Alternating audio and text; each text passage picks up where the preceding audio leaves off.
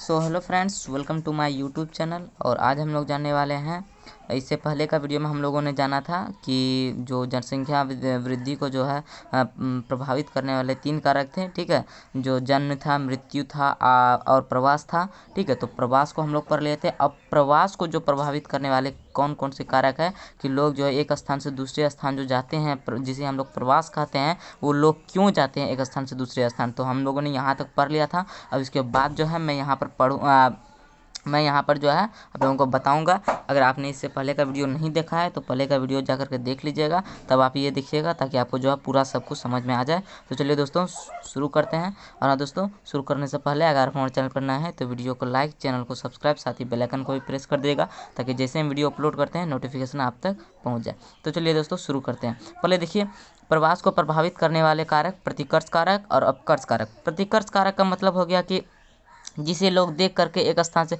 मतलब कि जो वैसा कारक जो लोगों को अच्छा नहीं लगता हो, ठीक है, उस कारक को देख करके लोग एक स्थान से दूसरे स्थान चले जाते हो। तो देखिए यहाँ पर निम्नलिखित कारक उद्गम स्थान को कम आकर्षित बनाते हैं, मतलब कि कम आकर्षित बनाना है ना।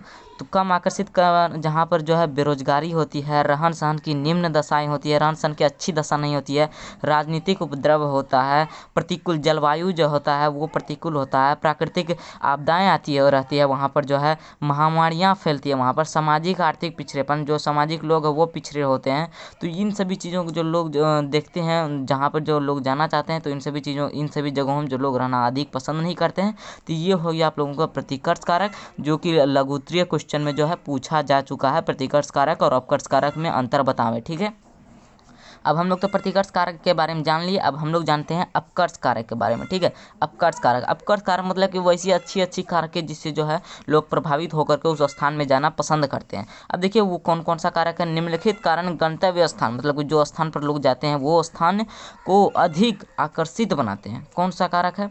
काम को बेहतर अवसर, जहाँ पर जो है रोजगार मिले। ठीक है, वहाँ पर था बेरोजगारी, सिर्फ उसका उल्टा कर देना। रहन सहन की अच्छी दशाएं, ठीक है, शांति व स्थायित्व, जीवन तथा संपत्ति की सुरक्षा तथा अनुकूल जलवायु, ये सभी चीज़ जहाँ पर जो मिलता है तो लोग जो है उस क्षेत्र में जाना अत्यधिक पसंद करते हैं। वो तो हम लोग पढ़ लिए। ये दोनों कौन है? प्रवास का जो है प्रभावित करने वाले कारक। आपको जो है क्वेश्चन में पूछा जा चुका है कि प्रवास को प्रभावित करने वाले कौन कौन कारक हैं। ठीक है, तो ये हम लोगों का हो गया। अब हम लोग जानते हैं जनसंख्या वृद्धि की प्रवृत्तियाँ। ठीक है, जनसंख्या वृद्धि का जो प्रवृत्ति होती है वो कितने प्रकार का होता है। वर्तमान में पृथ्वी पर जनसंख्या 700 करोड़ से भी अधिक है। ठीक है, वर्तमान में पृथ्वी पर जनसंख्या जो है कितनी है? 700 करोड़ से अधिक है। इसका कुछ हम लोग पॉइंट जान लेते हैं।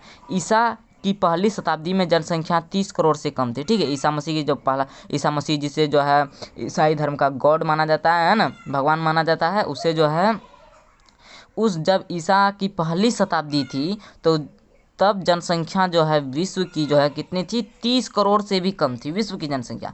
और 16वीं से 17वीं शताब्दी में बढ़ते विश्व व्यापार जनसंख्या की तीव्र वृद्धि के लिए क्या हो गया? मंच तैयार हो गया। मतलब कि वो तैयार हो रहा था 16वीं शताब्दी और 17वीं शताब्दी की, हाँ अब जो है बड़ा विस्फोट होने वाला है जनसंख्या। अब जो जनसंख्या तेजी से बढ़ेगा।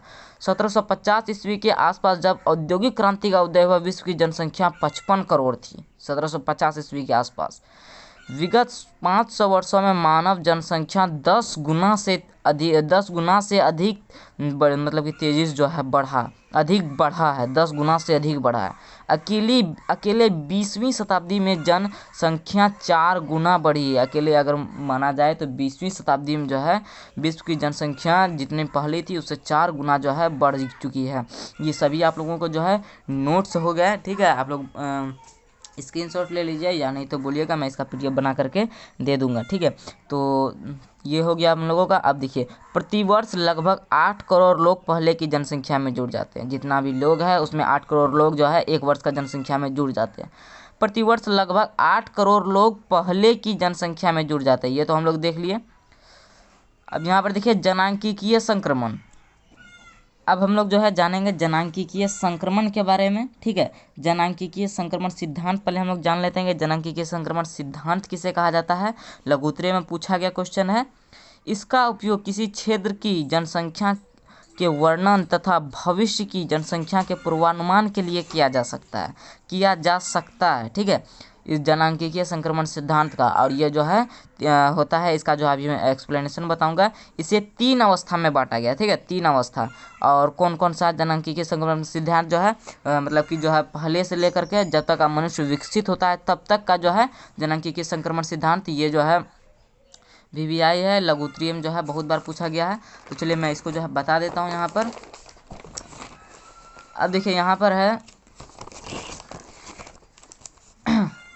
प्रथम अवस्था। जनांकीय संक्रमण सिद्धांत की 3 अवस्था है, ठीक है। इसमें हम लोग प्रथम अवस्था जो है पढ़ेंगे, और प्रथम अवस्था को हम लोग अविकसित से भी, अविकसित कंट्री से भी, जैसे बोला जाता है ना कि अविकसित कंट्री, ठीक है, तो उस से भी जो है अविकसित से भी हम लोग उसका कंपेयर कर सकते हैं। अब इसमें देखिए जो पॉइंट है, पॉइंट्स देखिए मैं यहाँ पर पॉइंट्स के साथ आप लोगों को बता रहा हूँ, क्योंकि जो है पॉइंट्स आप अगर इस पॉइंट्स को डायरेक्ट आप जो है याद करके एग्जाम में भी लिख देते हैं तो आपको जो है अच्छा खासा नंबर मिल जाएगा, ठीक है। अब देखिए इसमें उच्च प्रजननशीलता होती है और उच्च मृत्यु दर होती है। अब ये जो प्रथम अवस्था है जनांकीय संक्रमण सिद्धांत, इसमें जो है प्रजननशीलता मतलब कि जो जन्म दर अत्यधिक होती है और मृत्यु दर भी अधिक होती है। जनसंख्या वृद्धि धीमी होती है और अधिक लोग खेती में कार्यरत होते हैं, और काम को छोड़ करके लोग जो है खेती में कार्यरत होते हैं। जीवन प्रत्याशा निम्न होती है, अधिकांश लोग अशिक्षित होते हैं और प्रौद्योगिकी का स्तर निम्न होता है। कौन सा अवस्था में? प्रथम अवस्था में। 200 वर्ष पूर्व विश्व के सभी देश इसी अवस्था में थे, ठीक है। 200 वर्ष पहले जो है विश्व का सभी देश कौन सा अवस्था में था? प्रथम अवस्था, जिसे हम लोग जो है अविकसित की तुलना, जिससे हम लोग अविकसित से जो है तुलना कर सकते हैं। अब देखिए ये हो गया, वो हो गया प्रथम अवस्था। अब हम लोग जो है जानते हैं द्वितीय अवस्था के बारे में, जिसे हम लोग विकासशील से तुलना कर सकते हैं। जैसे भारत अभी विकासशील देश है, ठीक है, तो जनांकीय संक्रमण सिद्धांत का जो द्वितीय अवस्था है उसे हम लोग विकासशील के से जो है कंपेयर तुलना कर सकते हैं। अब देखिए इससे जो है प्रारंभ में प्रजननशीलता ऊँची होती है, लेकिन किंतु यह समय के साथ साथ घटती जाती है। जैसे अब भारत में जो है यह भारत में देखा जाए तो क्या होता है, प्रजननशीलता जो है पहले अधिक थी, लेकिन अब जो है धीरे धीरे जो है क्या हो रही है, घट रही है। स्वास्थ्य संबंधी दशाओं व स्वच्छता में सुधार होने के साथ मृत्यु दर में कमी आती है। जनसंख्या शिक्षित होने लगती है, लोग खेती को छोड़कर कुछ न कुछ काम करने लग जाते हैं, ठीक है। खेती हो गया हम लोगों का कौन सा? प्राथमिक क्रिया। तो प्राथमिक क्रिया को छोड़ करके लोग जो है दूसरे भी काम करने लग जाते हैं, वो हो गया दूसरी अवस्था। अब तीसरी अवस्था जिसे हम लोग जो विकसित जो है विकसित के साथ कंपेयर कर सकते हैं, विकसित जनसंख्या, ठीक है। वो जो था प्रथम अवस्था उसे हम लोग अविकसित जनसंख्या के साथ, दूसरी अवस्था जो है वो अविकासशील, तीसरी जो है विकसित। ये जो है ये तीनों में आप लोगों को जो है दीर्घोत्तरीय में भी पूछा जाता है। अब देखिए इसमें प्रजननशीलता और मृत्यु दर दोनों घट जाती है, ठीक है, दोनों जो है घट जाती है। प्रजननशीलता भी घट जाती है, जन्म दर और मृत्यु दर दोनों घट जाती है। जनसंख्या या तो स्थिर हो जाती है या मंद गति से बढ़ती है। जनसंख्या नगरीय और शिक्षित हो जाती है, लोगों के पास तकनीकी ज्ञान हो जाता है, ठीक है। लोगों के पास जो है अब जो है तीसरी अवस्था में क्या होता है, तकनीकी ज्ञान हो जाता है लोगों के पास। अतः इससे यह कहा जा सकता है कि जनांकीय सिद्धांत से भविष्य की जनसंख्या का पूर्वानुमान, अब ये हम लोग ये भी कह सकते हैं, इतना जो हम लोग देख लिए तो इससे यह अनुमान लगाया जा सकता है कि जो भविष्य की जनसंख्या का जो है इससे अनुमान लगाया जाता है। पहले जो है भविष्य की जनसंख्या ये पहले जो है अभी इतना है, बाद में ऐसा होगा, फिर बाद में जो है ऐसा होगा, तो यही हो जाएगा जनांकीय संक्रमण सिद्धांत, ठीक है। अब जो है जनसंख्या नियंत्रण के उपाय हम लोग जानेंगे, ठीक है। जनसंख्या नियंत्रण के उपाय, और लास्ट जो हम लोगों का लास्ट टॉपिक परिवार का नियोजन करना, ठीक है। जनसंख्या नियंत्रण के उपाय में के अंतर्गत जो है परिवार नियोजन करना, जनसंख्या को जो नियंत्रित कैसे किया जाए, इतनी जनसंख्या है तो जनसंख्या वृद्धि को जो नियंत्रित कैसे किया जाए, तो परिवार नियोजन करना, लोगों को जो है शिक्षित करना, ठीक है। परिवार नियोजन सुविधा जनसंख्या वृद्धि को सीमित करने और महिलाओं के स्वास्थ्य को बेहतर करने में मुख्य भूमिका निभाती है। लोगों को शिक्षित तथा जागरूक करना, अगर हम ये सब कर लेते हैं तो जो है जनसंख्या को नियंत्रण करने में जो है हम सफल हो जाएंगे, ठीक है।